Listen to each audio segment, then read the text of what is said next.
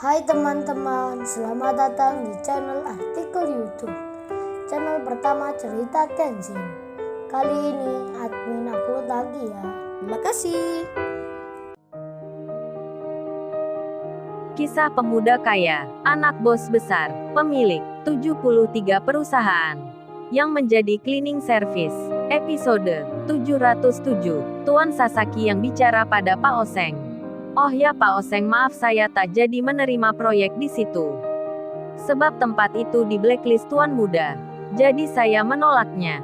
Saya kira juga kontraktor lainnya.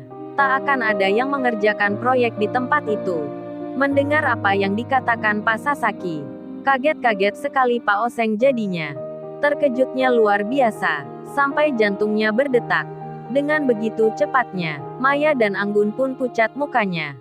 Dikiranya Kenshin hanya sandiwara. Ternyata benar-benar. Dia dipanggil Tuan Muda. Pak RT, Pak Lurah dan Pak Camat yang ada di situ pun mendengarnya. Jadi khawatir mereka dibuatnya. Guru-gurunya Kaori pun terkejut sekali melihatnya. Suaminya Kaori ternyata pemuda yang penting. Ibu Katrin kepala sekolah itu melihat Kenshin yang berseragam sekolah SMA 5. Ibu Katrin menjadi penasaran tentang suaminya Kaori ini siapa memangnya. Kemudian Kenshin pun berkata, "Oh ya gimana, apa saya sandiwara tadi? Apa saya bicara seperti orang gila? Jadi sekolah ini jangan dibongkar, atau bapak-bapak sekalian kena hukuman." Pak Lurah pun menjawabnya, "Tapi ini suratnya sudah resmi semua. Kami membawa bukti-buktinya, meski dibongkar pun tak masalah. Jadi Mas ini tak berhak berkata begitu." Pak Oseng pun masih melawan. Iya benar itu, gedung ini beserta tanah-tanah yang di sini sudah menjadi milik kita semua. Kalau kita gusur itu tak mengapa. Memang kamu bisa apa nantinya? Pak Oseng masih tak terima. Meski sudah tahu Kenshin dipanggil Tuan Muda, dihormati oleh bos kontraktor, Pak Oseng masih gelap mata. Karena ambisinya bersama pengusaha yang di sini sudah terlanjur berada di ubun-ubunnya. Sudah terlanjur membayangkan tentang proyek besarnya sukses ke depan. Bos-bos lain pun juga membelanya. Iya kita masih bisa mencari kontraktor lainnya. Memang lu ini punya hak apa di sini? Tak ada kepentingan saja pakai berlagak menghentikan proyek kita. Kita ini yang punya tanah resmi di sini. Semua sudah jadi hak kami. Pemerintah pun tak bisa mengambilnya. Ini ada polisi yang mengawal kita. Ada pihak RT dan Pak Lurah, Pak Camat dan aparat berwenang. Nah kamu jangan berbekal dihormati begitu. Dipanggil Tuan Muda lantas bisa menghentikan langkah kita. Memang kamu ini siapa? Pengadilan saja sudah memutuskan kalau sekolah ini kami hancurkan pun tak mengapa. Pak Hartanto, Pak Oseng, Pak Tohir, serta Maya dan Anggun pun ikut pula setuju. Iya benar sekali.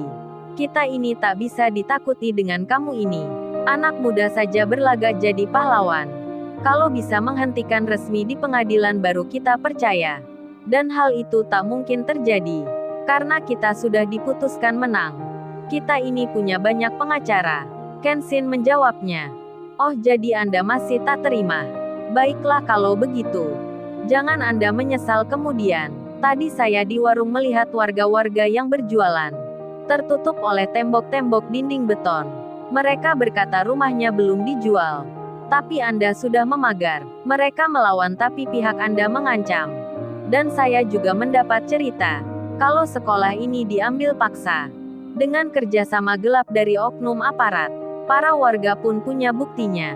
Tapi mereka tak berani mengutarakan. Tak berani melapor ke pihak yang berwenang. Karena takut mereka itu bagian dari Anda.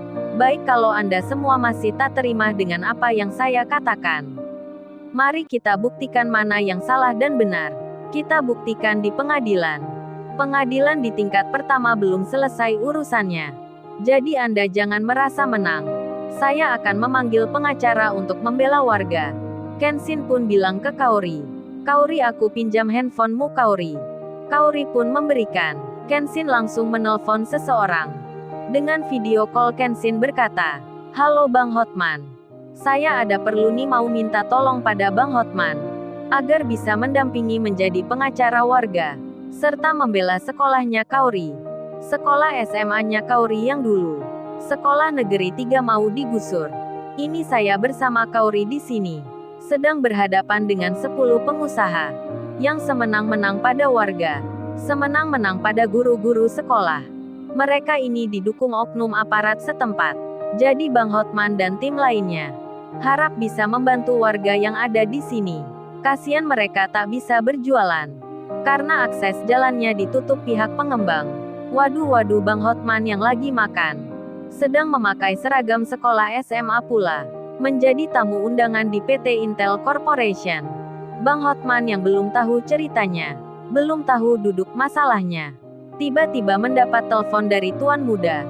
Bang Hotman pun yang bersama rekan-rekannya langsung pula menjawabnya, "Oh baik-baik Tuan Muda, saya siap untuk membantu, mendampingi warga di sana, menjadi pengacara bagi mereka, dan menjadi pengacara sekolah. Kami siap memberantas mafia tanah. Tuan Muda mana orang-orang pengusaha itu? Tolong arahkan ke mereka.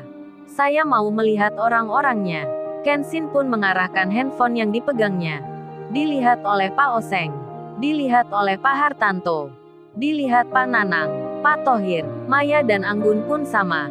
Mereka melihatnya pula, melihat pengacara terkenal Bang Hotman yang ada di handphone itu. Jadi kaget-kaget lagi dibuatnya.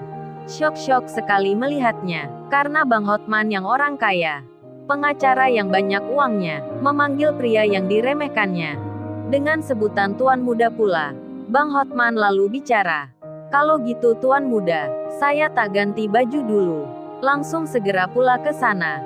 Sekalian melihat para warga, melihat suasana sekolahnya. Karena memang ada beritanya, saya kemarin membacanya. Sekolah negeri mau dijadikan hotel bintang 5. Ternyata itu sekolahnya istri Anda. Sekolahnya Nona Kauri. Baik-baik Tuan Muda tunggu sebentar di sana. Saya ke sana bersama tim pengacara. Kebetulan ini baru selesai lomba." Kenshin pun menjawabnya, "Baik Bang Hotman, saya tunggu." Bang Hotman pun dengan segera berganti seragam dinasnya. Bang Hotman pun bercerita tentang Tuan Muda yang ada di sekolahnya Kauri dan pemimpin perusahaan lain yang ada di situ, yang menjadi tamu-tamu undangan, yang hadir dalam acara perayaan lomba. Mereka pun mengatakan akan ikut pula, melihat permasalahan tanah sekolah, hingga beberapa orang pun berganti bajunya. Tak terkecuali Tuan Sasaki ayahnya Larissa, yang memutuskan akan ikut juga. Larissa pun diberitahu tentang hal itu. Kemudian terlihatlah Bang Hotman serta bos-bos perusahaan lainnya sedang berjalan bersama-sama menuju mobilnya masing-masing. Tentu hal itu membuat perhatian bagi banyak orang yang melihatnya, termasuk Rena Larazati, Niken dan Natalia, yang bertanya-tanya, memangnya ada apa Bang Hotman itu? Serta pengacara-pengacara itu, kok keluar tiba-tiba dari sini? Ada bos-bos perusahaan yang keluar pula, termasuk Ibu Guru Lastri, Iwan Andi serta Pak Ijo. Begitu pula Ririn pun sama. Mereka melihatnya, jadi bertanya-tanya dibuatnya, hingga didapatkan kabar kalau Bang Hotman sedang dipanggil Kenshin, diminta membantu warga, diminta membebaskan sekolah yang sedang digusur pengusaha. Ibu Lastri pun terkejut sekali. Baru saja Kenshin menolong keponakannya, sekarang membantu banyak warga, bahkan akan membebaskan sekolah. Sekolah SMA 3, yang kemarin masuk berita, akan dipindah ke tempat lainnya. Ternyata bukan dipindah, melainkan akan dipaksa, digusur oleh pengusaha. Hingga rombongan Bang Hotman pun keluar perusahaan, menuju ke tempatnya Kenshin. Detik-detik di depan sekolahnya Kauri, akan berdatangan orang-orang yang penting. Pak Oseng, Pak Hartanto serta Maya dan Anggun pun akan melihatnya. Mereka akan tahu siapa sebenarnya Kenshin. Kenapa dipanggil Tuan Muda? Kenapa dihormati orang-orang yang kaya? Padahal hanya naik mobil biasa, naik angkutan tua pula. Lalu, bagaimana kisah selanjutnya? Subscribe channel ini untuk episode berikutnya. Terima kasih. Jangan lupa ya guys, untuk kelanjutan ceritanya ada di artikel YouTube. Jangan lupa subscribe ya guys, dan tekan notifikasinya